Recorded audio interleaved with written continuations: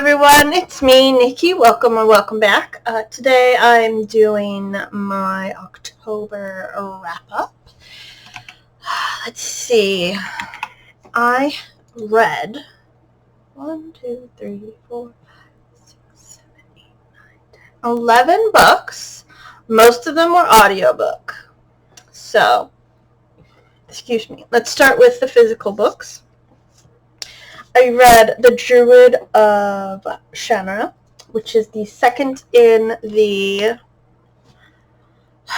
next Shannara series. That made no sense. Oh gosh, what's it called?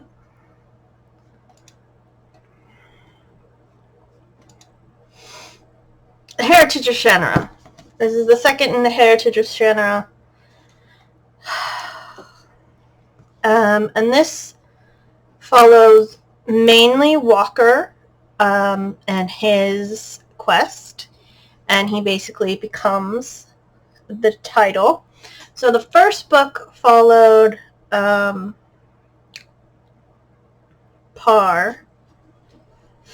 Yeah, I just read this and I can remember nobody's names, so that's great.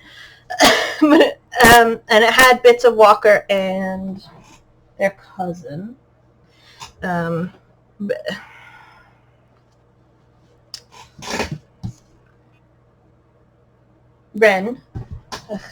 But this one is mainly about Walker, but it has little bits of Par and Ren. So that's how they're all connected. Walker has to find the Black Elfstone, which will basically... I don't know if it does more, but it makes the druid Keep of Paranor come back into the world where everybody can see it. And he has to go with Morgan Lee, Quickening, who is the daughter of the King of the Silver River, and P.L., an assassin, who is with them for his own reasoning. And they go... Where do they go? They go up here-ish somewhere. And they have someone else accompanying them as well, but he comes about...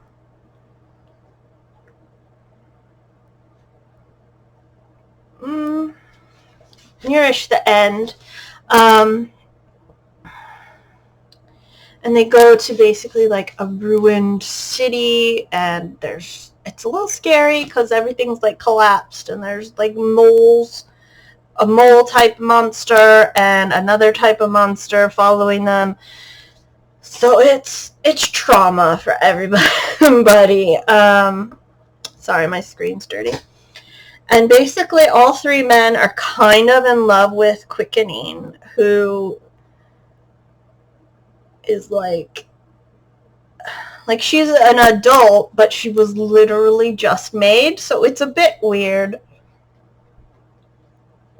But she is interesting, and I thought she was a good character. Morgan, I don't know if I like Morgan. I think probably as the next two books he will grow up. He did grow up a little bit in this one. But sometimes he says stuff, and I'm just like, oh my god, I want to hit you.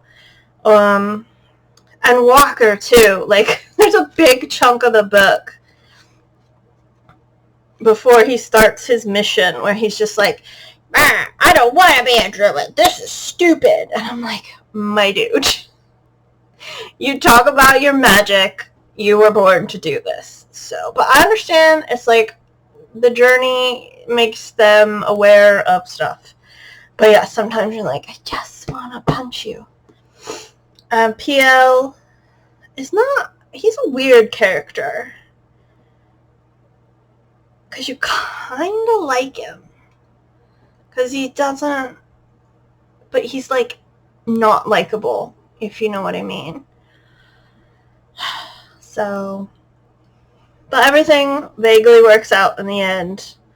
And we'll find out what happens with Ren in the next book. But yeah, I recommend the whole series, the first 3 and these 2 that I've read so far.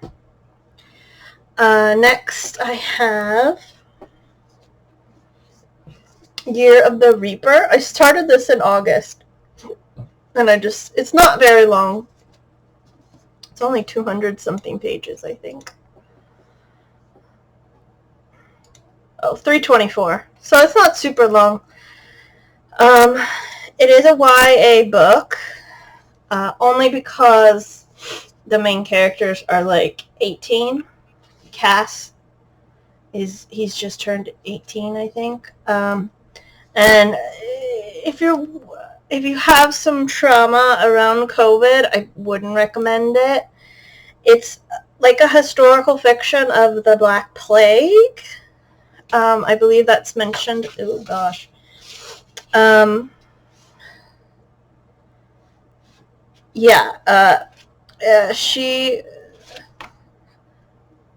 Micaiah Lucier,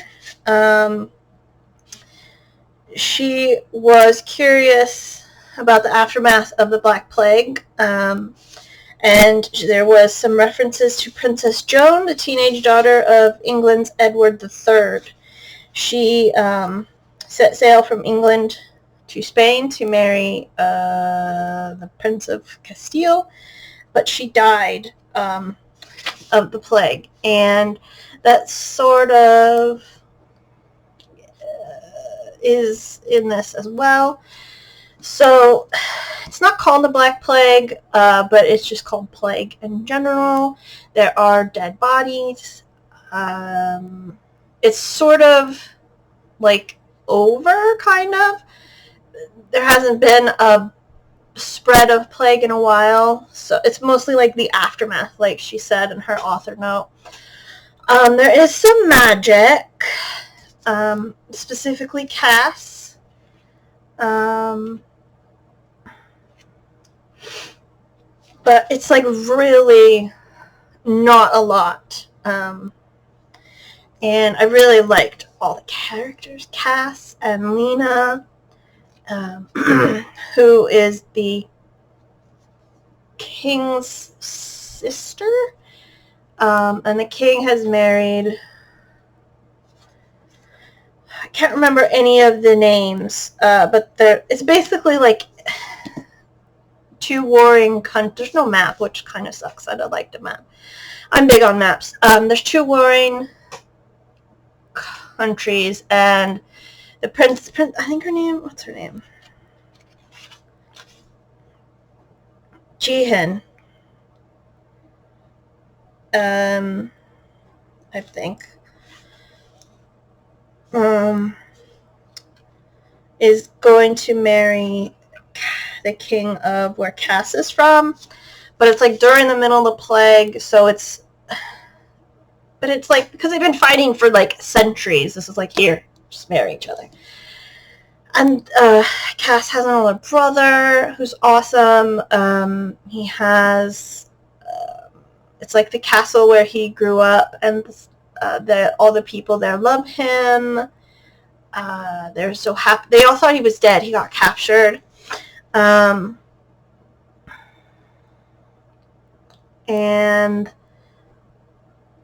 Cass actually got the plague, but he survived. And so he's like a bit more jaded now than he was. He does pick up this mace, but I don't know if he ever uses it. I can't quite remember. But then an assassin starts targeting those closest to the new queen. So Cass, who is essentially 2 years removed from everybody, is tasked with figuring out what is going on.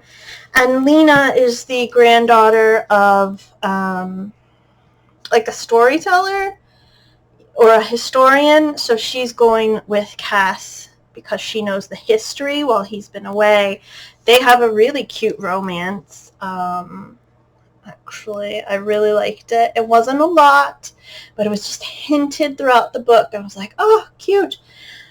And there's some other minor characters that were really great, and I just really loved this, and I think everybody should read it. And the final physical book I read was Electra by Jennifer Saint. So far, I've only read this in Ariadne. So far, these do not have happy endings. Now, this is about Electra, her mother Clytemnestra, and Cassandra. Knowing what I know, I'm not surprised this doesn't have a happy ending, but I was kind of hoping Ariadne would, because in some myths it doesn't have a happy ending, but in some she does. But it's up to the author, and we'll see how the other ones go. But yeah, as I said, this is about Electra, her mother, and Cassandra. Clytemnestra was married to Agamemnon, who's a piece of shit.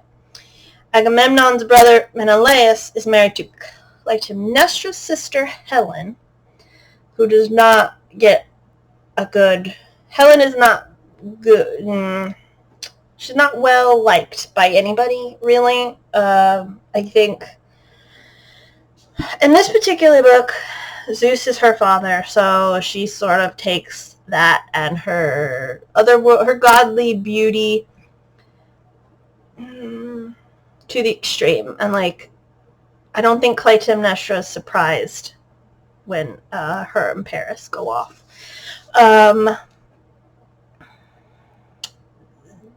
Of the three, I liked Cassandra the most because she had a shit deal.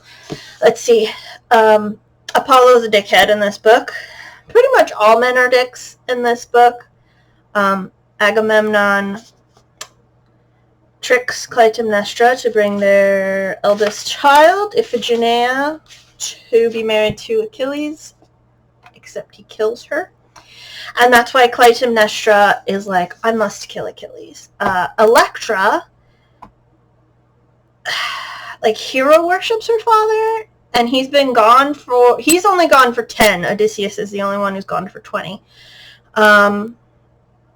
So the memories she has of Agamemnon as a child are pretty much what she carries throughout. And it's my dad died when I was 9, and I have really fond memories of him, but I know he wasn't a perfect person. Nobody's perfect, but Electra believes her father is perfect. However, Clytemnestra, it's like when Iphigenia died, she forgot she had 2 other children and 2 other daughters and a son.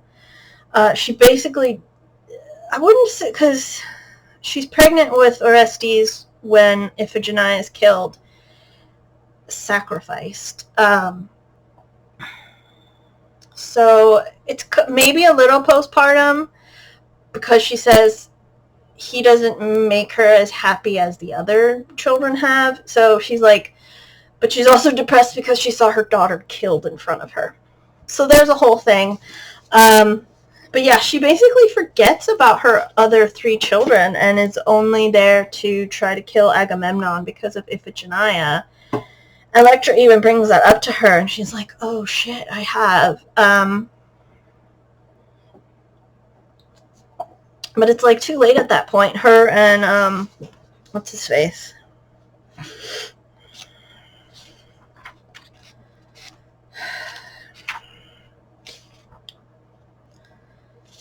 What's his face? The guy she's with to kill Agamemnon. I've forgotten his name.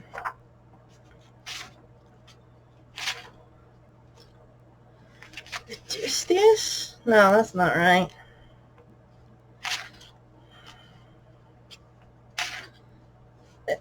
No.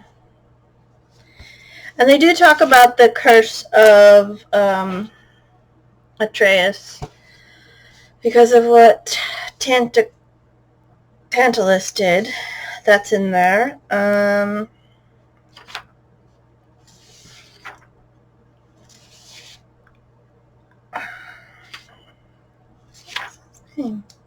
Well, whatever. And then they kill Agamemnon, and then he sort of takes over, even though before that Clytemnestra had been ruling, and Electra's like, do you really think he's going to let Orestes live? Of course I've smuggled him out of here. And it's like Clytemnestra didn't even think about that. So yeah, it ends poorly for everyone, I suppose. Electra's basically, like, her and Orestes and a friend of his are basically ostracized throughout Greece until Orestes is fixed, cured,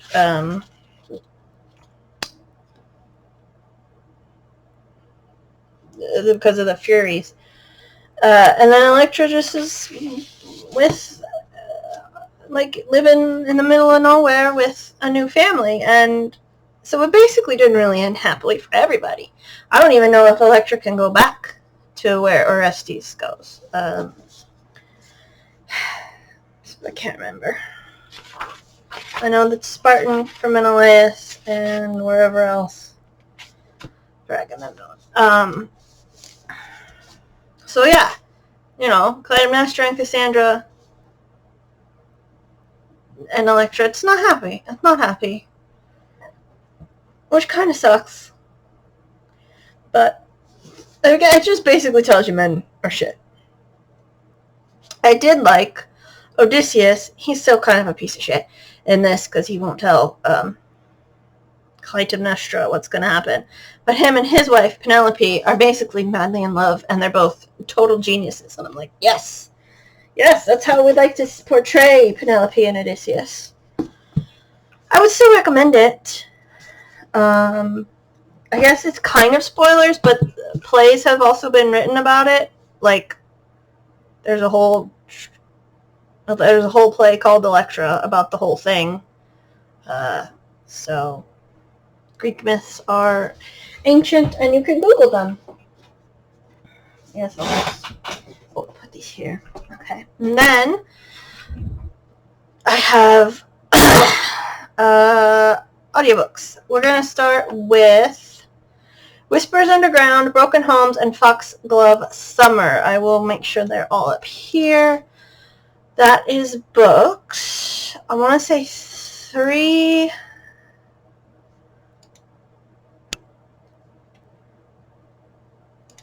4 and 5? Yeah, 3, 4, and 5 of Rivers of London. The continuing series of Peter Grant in London with Magic. I cannot get book 6 on audiobook at any of the libraries, so I guess that's where my journey ends. It goes right to 7. Anyway, Whispers Underground is about the underground, actually.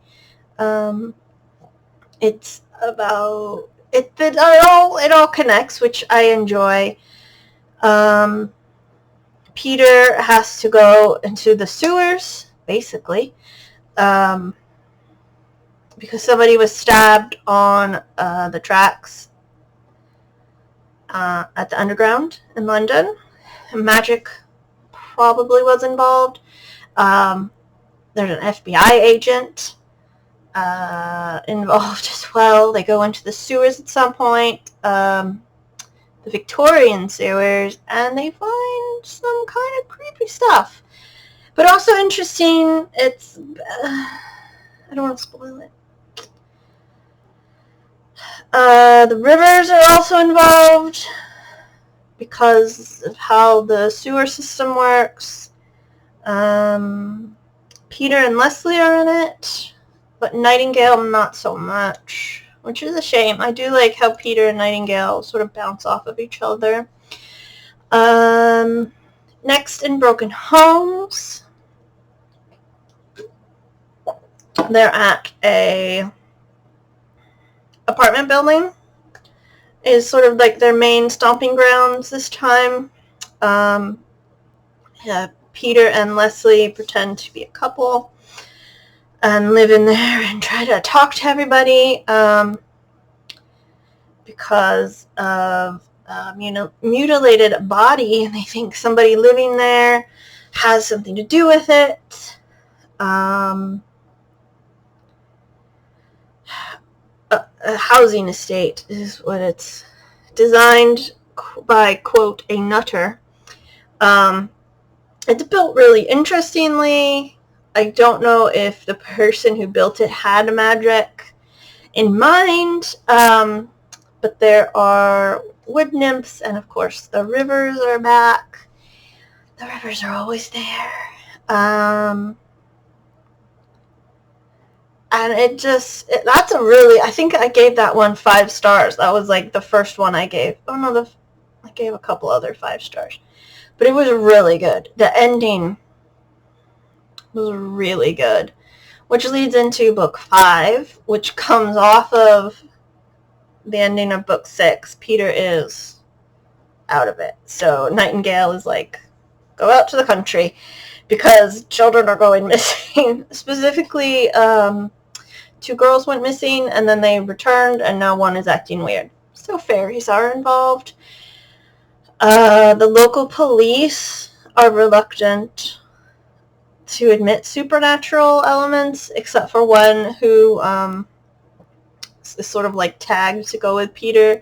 He becomes like the Peter of this little area. There's some sex in that one between Peter and Beverly. I listened to it on audiobook. You could probably skip it. It's not a lot. I thought that one was really good too. Like, I don't always like Peter's. He is a young man, I will give him that. But the way he talks about the women in his life that he's kind of interested in, that's always a bit gross to me. But I like everything else. I can kind of block that out. I like Peter. I like the characters. Like the other characters that just pop in and out for the books. I like Nightingale. I do wish he was in it more, but I understand he's like Peter's boss, so he has to do more of the stuff back at home. So yeah, it's great. I love it. I wish I could continue the series. Maybe I will find one. Next, I read The Lives of Saints by Leigh Bardugo. It was only 2 hours.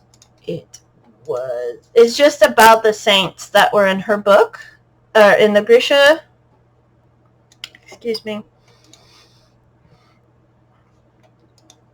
Grishaverse. So, there's Saint Elisabetta, Saint Ursula, and the Starless Saint, and the main girl, who's the Sun Saint. Yeah, I liked it. There's just little short stories about the saints and how they got their powers and what happened to them. Nothing good, usually. So yeah, it's just a cute little book to flesh out that world a little bit, which I quite enjoyed. Next, I reread Sabriel, which is number 1 in the Abortion trilogy. It was narrated by Tim Curry. Perfection. I'd read Sabriel before, but I'd forgotten it, so I reread it so I could continue the series. It is about Sabriel, who's the daughter of the Abortion. And it's very magic heavy, like there's free magic and charter magic, and it's just presented as like our world but with the magic, which is cool. It's explained kind of as you go along, but it's just like, no, this is the world, this is what we live in. So I like that as well. But her father is missing, so Sabriel has to cross the line into the Old Kingdom, which is where the free magic is, to find him. And she has help from Mogget, a cat and Touchstone, a young man who she finds, I can't remember, maybe halfway or a little earlier into the book. And she has to basically confront one of the bad guys, because there's more books. So but yeah, it's like the bad guy of the book.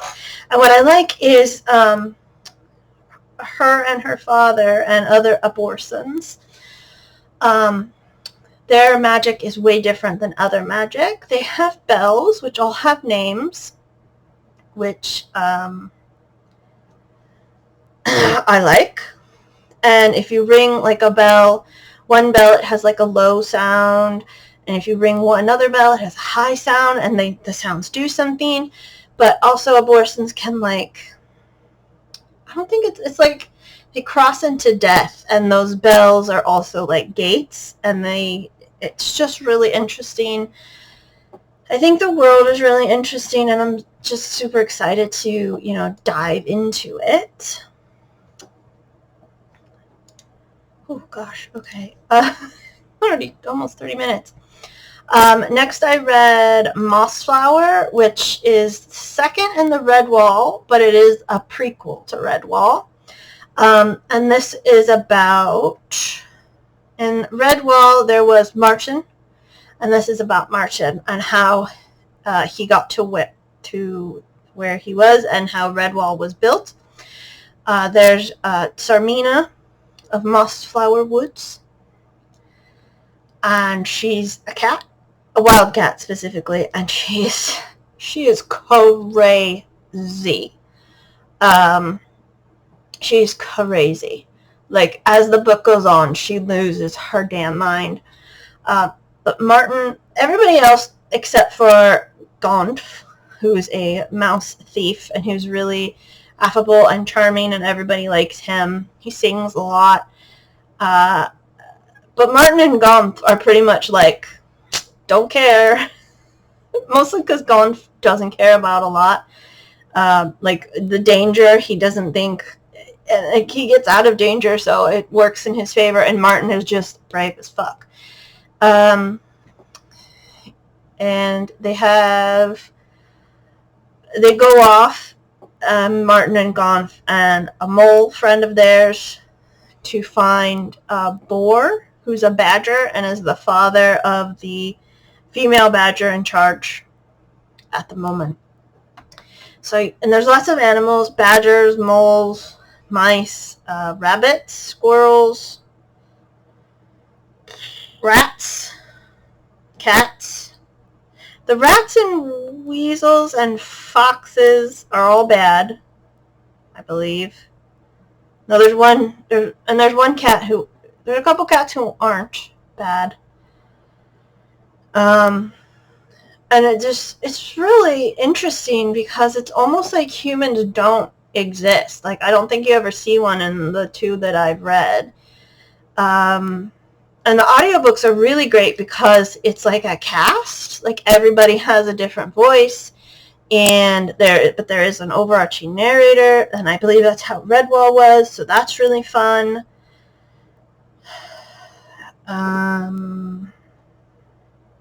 But yeah, they talk about, like, castles and, like, Redwall Abbey.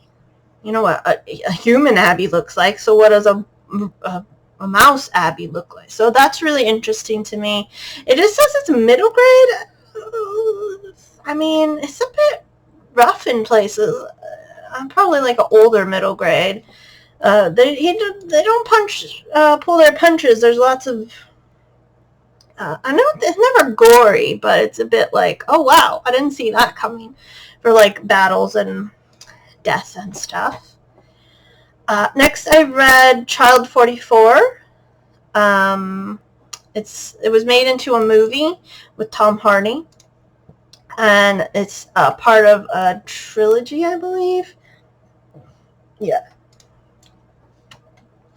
And basically, people said the third one is not as good as the first two, so we won't read that. But this is, okay, in Russia, This is set in Russia and Stalin's Soviet Union. And in real life, in Russia, Stalin's Soviet Union, there was a serial killer who killed children, maybe some young women, but mostly children. And because it was the Soviet Union and it was Stalin, they said, no, there is no serial killer. Because we're communist. How can communist? We're not America. America has all the murders, which, to be fair, we do and we did back then. So, no. Communist Russia, no. There's no serial killers. Yeah, they're similar, but it's the work of different people. This went on for years. Like the 1980s or 90s, I think this guy was caught. So this one, it's set in the 50s. But it's the same premise. There is a serial killer killing children, but nobody is talking about it because the Soviet Union does not have serial killers. So Leo, our main character, he is the MGB. He is the State Security Force. He is like in it. He is brainwashed, right?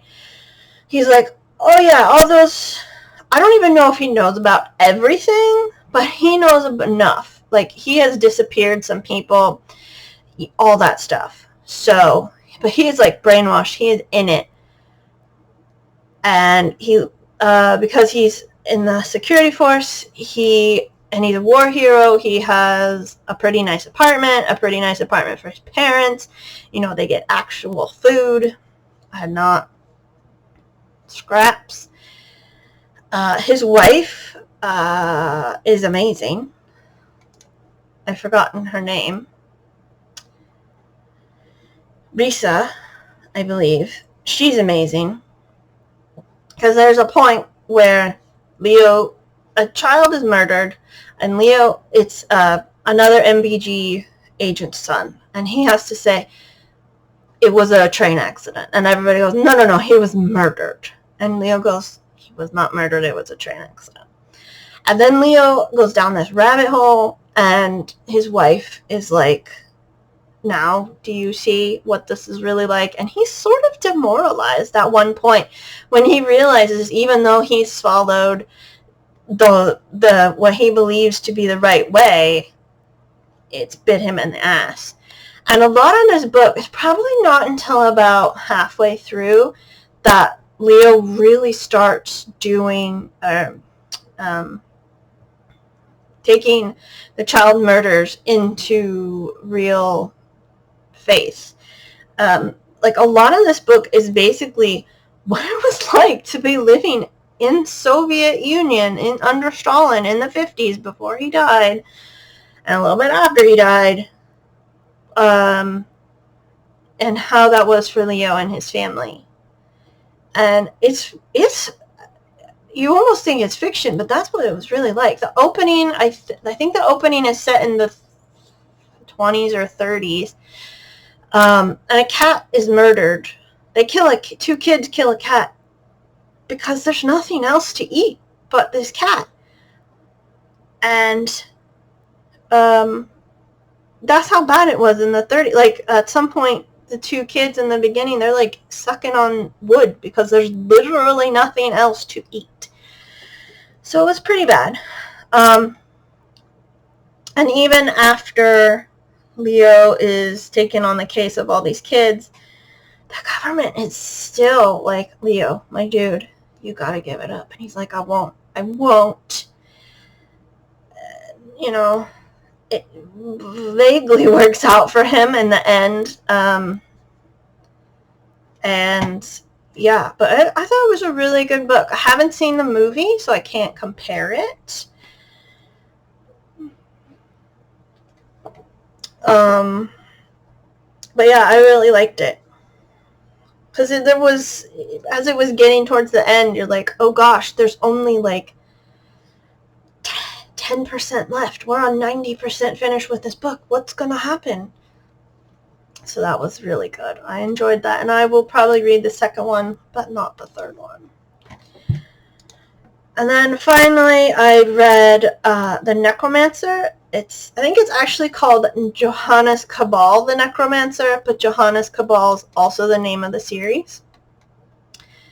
It is, unsurprisingly, about Johannes Cabal, a necromancer, who's also a snob. He sold his soul to the devil a while ago. Now he wants it back because having his soul is apparently important for whatever he's doing. So the devil's like, get me 100 people, get me 100 souls, and you can have yours back. And he's like, well, shit. But he has to do it with a traveling circus, which makes it just a tad easier. The problem is Johannes is not a people person. So he gets his brother, Horst, who has some issues of his own, to help. And they go through the English countryside. They talk about a war. I don't know if it's 1 or 2. There's trains, which doesn't mean anything. It's sort of all a vague timeline. Maybe the 40s, 30s. I'm not sure. I don't even know. I mean, I think there's London. I can't even remember. It must be London. But it's sort of like a vague timeline. It doesn't particularly matter. I really liked it. I thought it was funny. It had a little bit of Hitchhiker's Guide to the Galaxy vibes.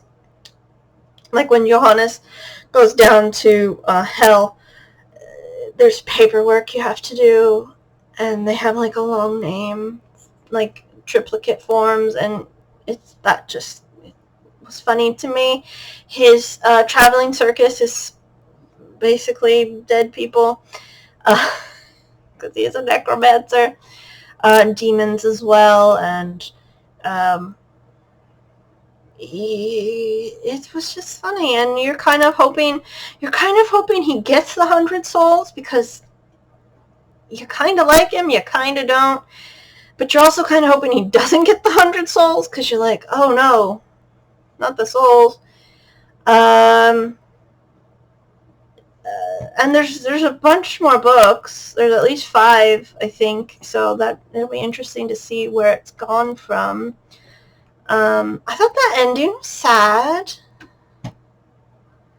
There was some sadness there, and that it was also like a good teaser, perhaps, to the next book.